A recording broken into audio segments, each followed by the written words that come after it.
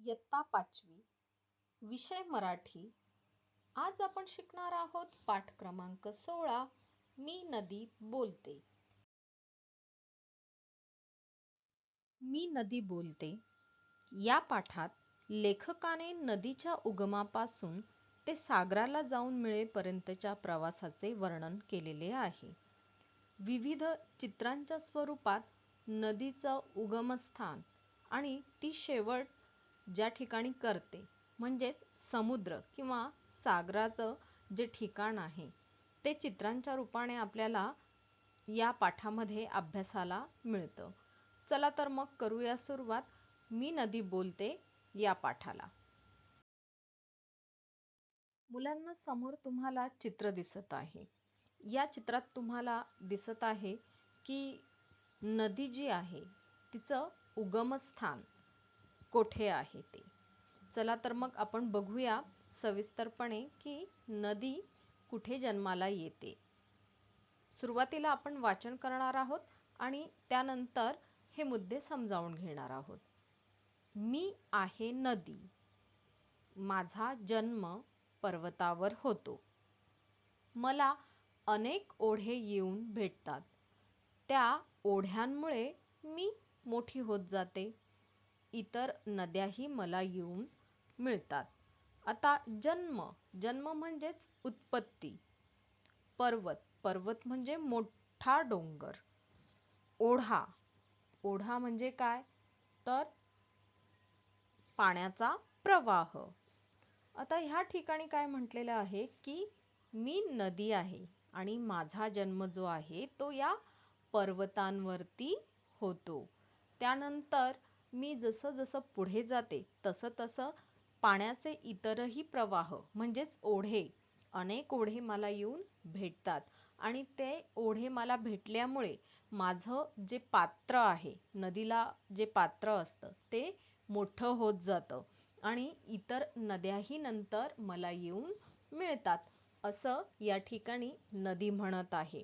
जणू काही नदी आपल्याशी बोलतच आहे. जिवंत रूपाने ती आपल्याशी चर्चा करते आहे असा ह्या ठिकाणी आपल्याला भास होतो. चला तर मग पुढे अजून नदी काय म्हणते ते बघूया. माणसे धरण बांधून मला अडवतात. माझ्या पाण्यावर वीज तयार करतात. त्या विजेवर कारखाने चालवतात. शेतातील पंप चालवतात. पिण्यासाठी पाण्याचा वापर करतात. आता नदी पुढे काय आपल्याशी बोलते आहे ते बघूया. सर्वप्रथम आपण हे चित्र बघूया. हे जे चित्र आहे ते आहे धरणाचं. आता धरण म्हणजे काय तर बांध किंवा नदीमध्ये पाणी अडवण्यासाठी घातलेला बंधारा. हे पाणी अडवून माणूस काय करतो तर वीज निर्मिती करतो. पुन्हा पिण्याच्या पाण्याची जी आपली सोय आहे ती याद्वारे केली जाते. हे जे चित्र आहे ते एका कारखान्याचं आहे. कारखाना म्हणजे काय तर आपण त्याला फॅक्टरी म्हणू शकतो किंवा मराठीतच म्हणायचं झालं तर यंत्रशाळा. मग हे जे कारखाने आहे हे पाण्यापासून जी वीज निर्मिती होते त्याच्यावरती चालतात. पुढचं जे चित्र आहे ते आहे शेतातील पंपाचं. आता हा जो पंप आहे तो काय करत असतो तर पाणी वर चढण्याचं हे यंत्र आहे. नदीतील पाणी शेतामध्ये पोहोचवण्यासाठी या यंत्राचा उपयोग केला जातो. याला आपण पंप असं म्हणतो. आणि नदीचा सगळ्यात महत्त्वाचा वापर कोणता आहे तर पिण्यासाठी पाणी नदी आपल्याला पुरवत असते. म्हणूनच नदी काय म्हणते की ज्या वेळेस माझं पर्वतावरती उगम होतो, जन्म होतो आणि मी पुढे पुढे जाते, प्रत्येक टप्प्यावरती मी सर्वांच्या उपयोगाला येत असते. मग कोणकोणते ते टप्पे आहे त्यातला पहिला टप्पा हा तर माणसं काय करतात धरण बांधतात. त्या पाण्यावर वीज तयार करतात, कारखाने चालवतात, शेतातील पंप चालवतात आणि सर्वात महत्त्वाचं पिण्यासाठी पाणी वापरतात. नदीचा अजून पुढचा जो प्रवास आहे त्यात नदी काय काय उपयोगाला येते आणि नदी अजून आपल्याला काय सांगणार आहे ते आपण बघूया. मुलांनो, पुढचा नदीचा प्रवास कसा आहे तो आपण बघूया. काय म्हणते आहे बरं नदी ते बघू.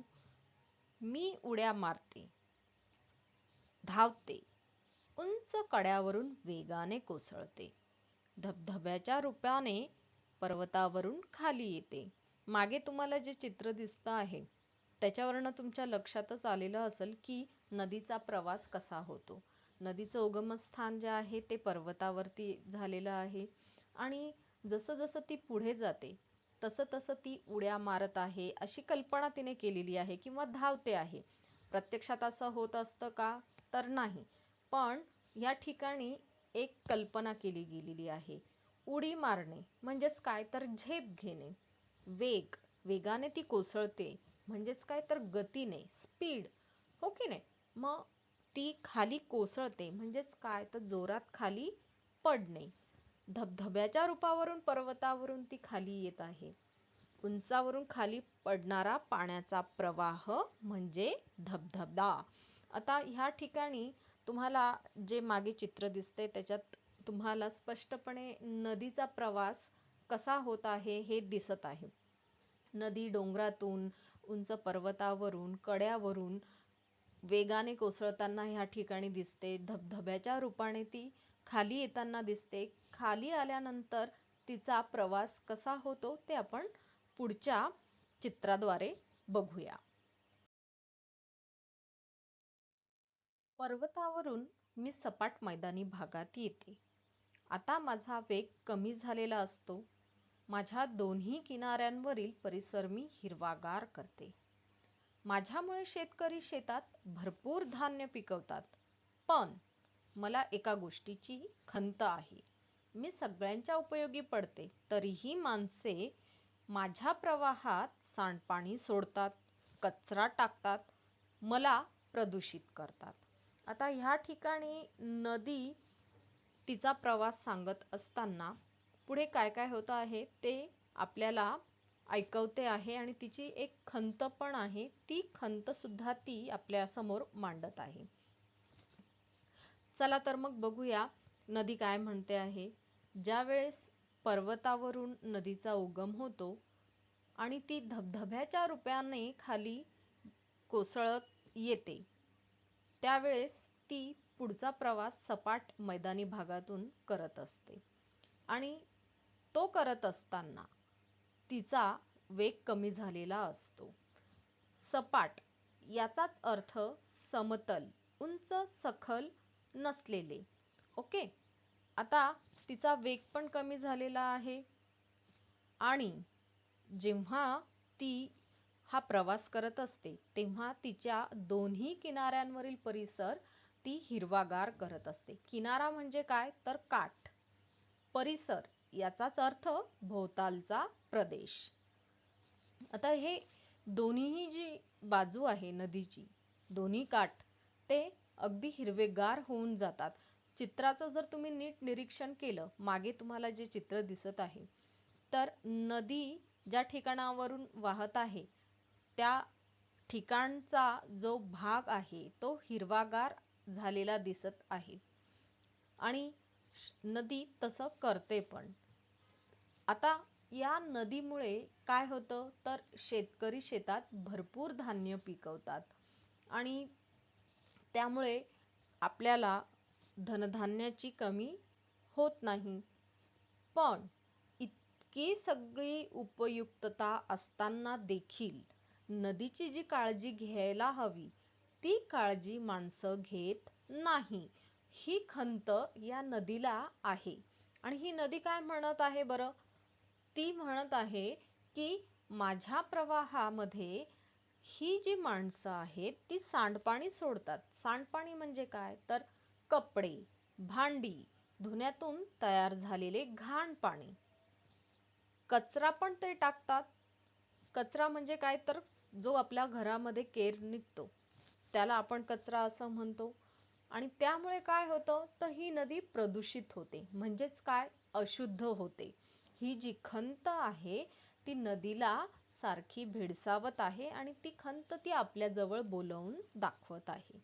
अजून नदी काय म्हणते ते बघूया पुढच्या चित्राद्वारे.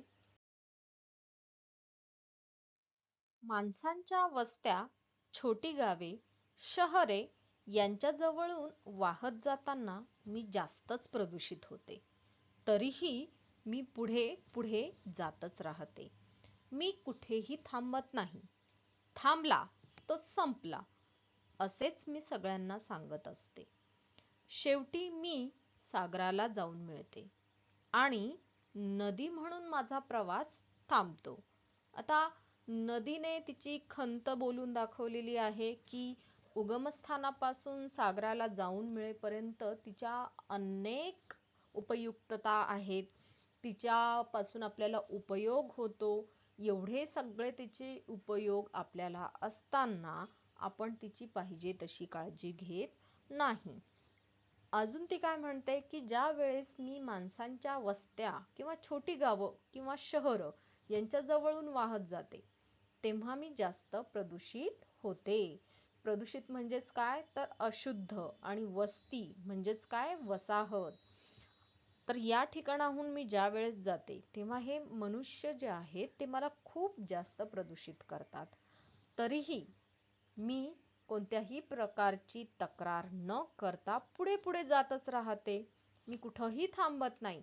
मी असं कधीच म्हणत नाही की यांनी मला प्रदूषित केले, मी आता पुढे वाहत जाणार नाही. मी असं काहीही करत नाही. उलट मी कुठेही न थांबता पुढे पुढे जात आहे.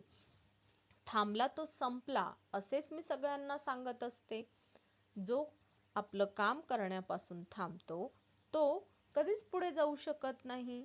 या तत्वावरती नदी काय करत असते, अवलंबत करत असते आणि पुढे पुढे जात असते.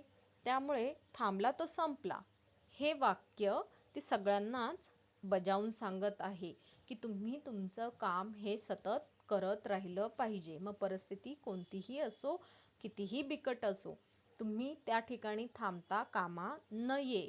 कारण थांबला तो संपला हे ती ठासून सगळ्यांना सांगते. शेवटी ही जी नदी आहे तिचा प्रवास कुठे जाऊन थांबतो तर सागराला जाऊन ती मिळते. त्या ठिकाणी तिचा जो प्रवास आहे तो थांबतो.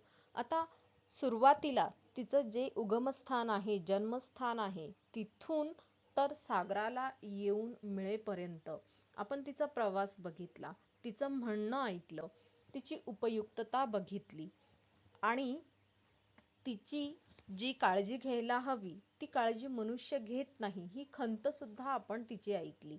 आता नुसतं हे ऐकून आपण पुढे जाण्यापेक्षा त्याच्यावरती काहीतरी उपाय केले पाहिजे की जेणेकरून ही जी नदी आहे ती पुन्हा व्यवस्थित प्रदूषित न होता शुद्ध पाणी आपल्याला प्रदान करेल, आपल्याला पुरवेल. या गोष्टीची आपण काळजी घ्यायला हवी. मग काय घेणार ना याची काळजी? चला तर मग आपण आता इथं थांबतो आहोत. पुन्हा आपण भेटणार आहोत पुढच्या पाठाला सुरुवात करू तेव्हा.